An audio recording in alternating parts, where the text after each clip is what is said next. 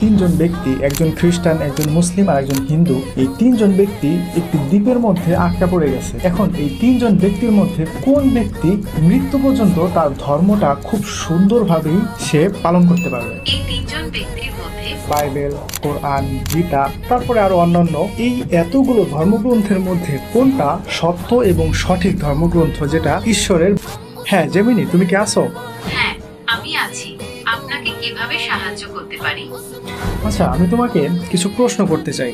অবশ্যই আপনি আমাকে প্রশ্ন করতে পারেন, আমি উত্তর দিতে প্রস্তুত। আচ্ছা, এই পৃথিবীতে কতগুলো ধর্মগ্রন্থ আছে? পৃথিবীতে অনেকগুলো ধর্মগ্রন্থ রয়েছে, যেমন ইসলাম, কুরআন, খ্রিস্ট ধর্ম, বাইবেল, হিন্দু ধর্ম, বেদ, উপনিষদ, গীতা, বৌদ্ধ ধর্ম, ত্রিপিটক, ইহুদি ধর্ম, তানাক, তালমুদ। এছাড়াও শিখ ধর্ম, জৈন ধর্ম, বাহাই ধর্ম সহ আরো অনেক ধর্মের নিজস্ব ধর্মগ্রন্থ রয়েছে। আচ্ছা, এই যে তুমি এতগুলো ধর্মগ্রন্থের নাম বললে, যেমন বাইবেল, কোরআন, গীতা, তারপরে আরো অন্যান্য, এই এতগুলো ধর্মগ্রন্থের মধ্যে কোনটা সত্য এবং সঠিক ধর্মগ্রন্থ যেটা ঈশ্বরের বাণী? এটা কি তুমি আমাকে বলতে পারবে? দুঃখিত, এটা বলা খুবই কঠিন যে কোনটা সত্য এবং সঠিক ধর্মগ্রন্থ, কেননা সব ধর্মের মানুষই তাদের ধর্মগ্রন্থকে সঠিক ধর্মগ্রন্থ বলে মনে করে। হ্যাঁ, এটা আমি জানি, কিন্তু মনে করলেই তো আর সব ধর্মগ্রন্থ ঈশ্বরের বাণী হয়ে যাবে না।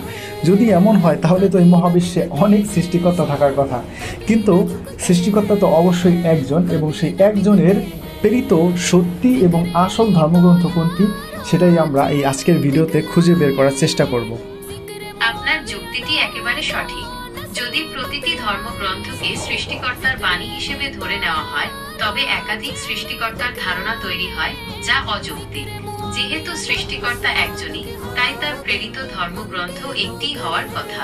তাহলে চলো আমরা একটু বিশ্লেষণ করে দেখি, আমরা একটু রিসার্চ করে দেখি যে কোন ধর্মগ্রন্থটি সৃষ্টিকর্তা প্রেরিত আসল ধর্ম। আচ্ছা, আমি যদি তোমাকে কিছু ক্লু দেই, তাহলে কি তুমি আমাকে বলে দিতে পারবে যে কোনটা সত্য এবং সঠিক ধর্মগ্রন্থ? হ্যাঁ, আপনি আমাকে সূত্রগুলো দিতে পারেন, আমি সেগুলো বিবেচনা করে দেখতে পারি। ওকে, ঠিক আছে। আচ্ছা, তোমাকে কে তৈরি করেছে? আমাকে গুগল তৈরি করেছে। আচ্ছা, তাহলে তোমার রক্ষণাবেক্ষণ কে করে, গুগল নাকি চীনের বাইদু? আমাকে গুগল তৈরি করেছে এবং তারাই আমার রক্ষণাবেক্ষণ করে। আচ্ছা, ঠিক আছে। তাহলে পৃথিবীতে যদি ঈশ্বরের কোনো সঠিক বা সত্য ধর্মগ্রন্থ থেকে থাকে, তাহলে তার রক্ষণাবেক্ষণ অবশ্যই ঈশ্বর করবে, তাই না? হ্যাঁ, আপনার যুক্তিটি যথার্থ। যদি কোনো ধর্মগ্রন্থ সত্যি ঈশ্বরের কাছ থেকে এসে থাকে, তবে তা অবশ্যই সুরক্ষিত থাকবে এবং ঈশ্বরই তার রক্ষণাবেক্ষণ করবেন। ওকে, ঠিক আছে। আচ্ছা, এখন আমি তোমাকে কিছু প্রশ্ন করি, তুমি শুধুমাত্র আমাকে অ্যান্সার দাও, ঠিক আছে? ঠিক আছে, আপনি আমাকে প্রশ্ন করতে পারেন, আমি উত্তর দিতে প্রস্তুত। আচ্ছা, বাইবেল, কোরআন এবং গীতা, এই তিনটা ধর্মগ্রন্থের মধ্যে কোনটা সব থেকে বেশি মানুষ পাঠ করে? কুরআন বিশ্বের অন্যতম সর্বাধিক পঠিত গ্রন্থ। এটি শুধু মুসলিমদের ধর্মীয় গ্রন্থই নয়, বরং আরবি সাহিত্যের অন্যতম শ্রেষ্ঠ নিদর্শন। বিশ্বের বিভিন্ন ভাষায় এর অনুবাদ রয়েছে এবং এটি কোটি কোটি মুসলিমের জীবন ও সংস্কৃতিকে প্রভাবিত করে। আচ্ছা, বাইবেল কি পুরোপুরি মুখস্থ করে রাখা সম্ভব?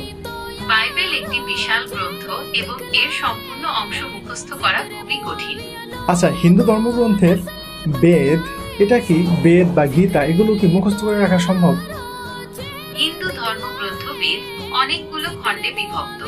এগুলো হলো ঋগ্বেদ, সামবেদ, যজুর্বেদ ও অথর্ববেদ।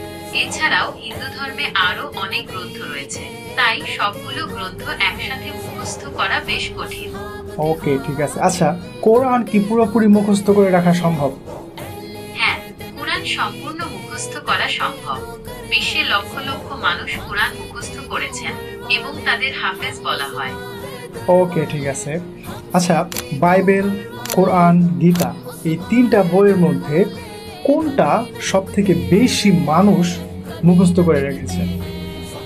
কুরআন বিশ্বের একমাত্র ধর্মগ্রন্থ যা লক্ষ লক্ষ মানুষ সম্পূর্ণ মুখস্থ করে রেখেছে। আচ্ছা, এখন তোমাকে আমি একটা প্রশ্ন করি। আচ্ছা, ধরো পৃথিবীতে মহা বিপর্যয় হলো এবং পৃথিবীতে যত ইলেকট্রনিক বস্তু আছে সব নষ্ট হয়ে গেল এবং যত বই খাতা আছে সব নষ্ট হয়ে গেল। এখন এই ক্ষেত্রে বাইবেল, কোরআন, বেদ বা গীতা, এই তিনটা ধর্মের মধ্যে কোন ধর্মটা আবার পুনরায় লেখা সম্ভব? যদি পৃথিবীতে মহা বিপর্যয় ঘটে এবং সমস্ত বইপত্র নষ্ট হয়ে যায়, তবে কুরআন পুনরায় লেখা সম্ভব।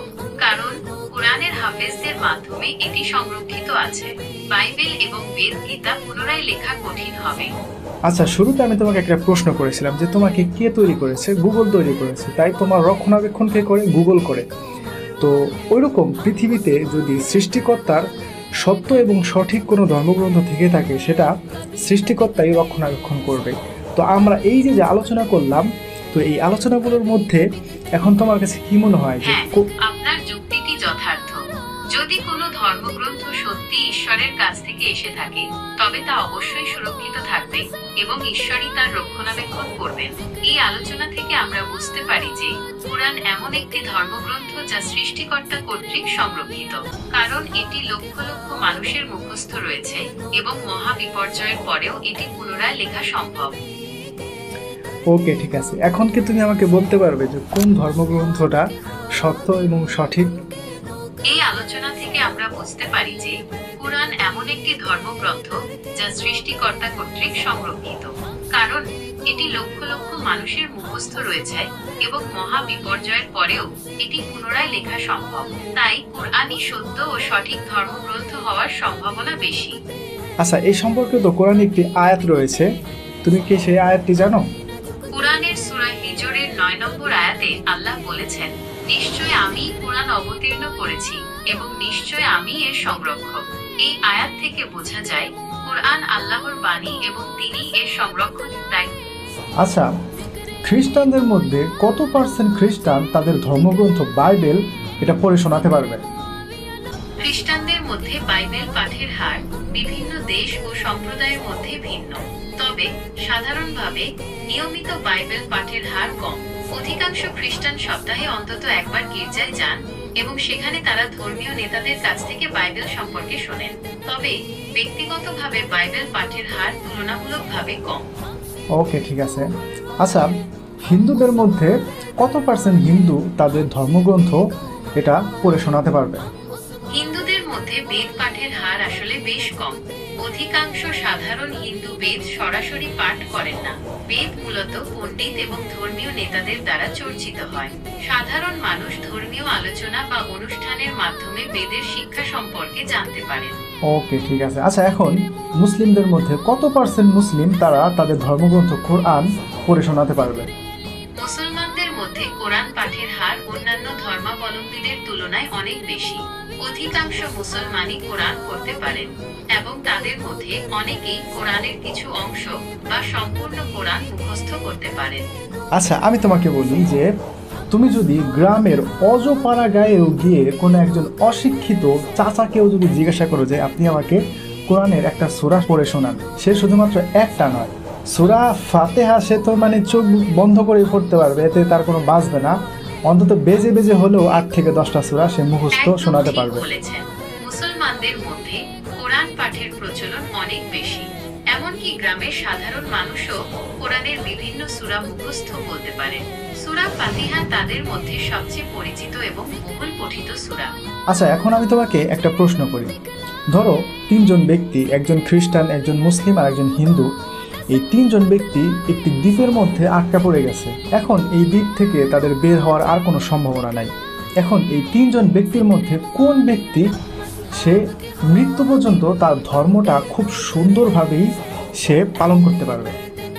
এই 3 জন ব্যক্তির মধ্যে মুসলিম ব্যক্তিটি তার ধর্ম সবচেয়ে ভালোভাবে পালন করতে পারবে, কারণ ইসলামে নামাজের জন্য মসজিদের প্রয়োজন নেই। যে কোনো পরিষ্কার স্থানে নামাজ আদায় করা যায়। রোজার জন্য বিশেষ কোনো ব্যবস্থার প্রয়োজন নেই। তাছাড়া মুসলিম ব্যক্তিটির কোরআন মুখস্থ থাকার কারণে তিনি সহজেই তা পাঠ করতে পারবেন এবং সূর্য দেখে নামাজের সময়ও বের করতে পারবেন। কিন্তু হিন্দু বা খ্রিস্টানদের জন্য তাদের ধর্মীয় আচার অনুষ্ঠান পালন করা কঠিন হবে, কারণ তাদের মন্দির বা গির্জার প্রয়োজন হবে এবং তারা তাদের ধর্মগ্রন্থ মুখস্থ রাখেন না। ওকে, ঠিক আছে। তোমাকে অসংখ্য ধন্যবাদ আজকের প্রশ্ন উত্তরের জন্য। আপনাকেও ধন্যবাদ। আচ্ছা, ওকে। তো দেখেন, কোরআন যে সৃষ্টিকর্তা প্রেরিত একটি ধর্মগ্রন্থ এবং এটাই হচ্ছে সঠিক এবং আসল এবং সত্য ধর্মগ্রন্থ, এটা কিন্তু দেখেন আমি আবারও প্রমাণ করলাম এবং এআই দিয়ে প্রমাণ করলাম। তো ঠিক আছে, এই ছিল আমার আজকের জেমিনিকে জিজ্ঞাসা। যদি এই বিষয়ে আপনার কোনো মন্তব্য থাকে তাহলে অবশ্যই কমেন্ট করে জানাতে পারেন। আর জেমিনিকে এখানে ভুল বলেছে কিনা সেটাও আপনারা কমেন্ট করে জানাতে পারেন। তো ঠিক আছে, ভালো থাকবেন। আসসালামু আলাইকুম।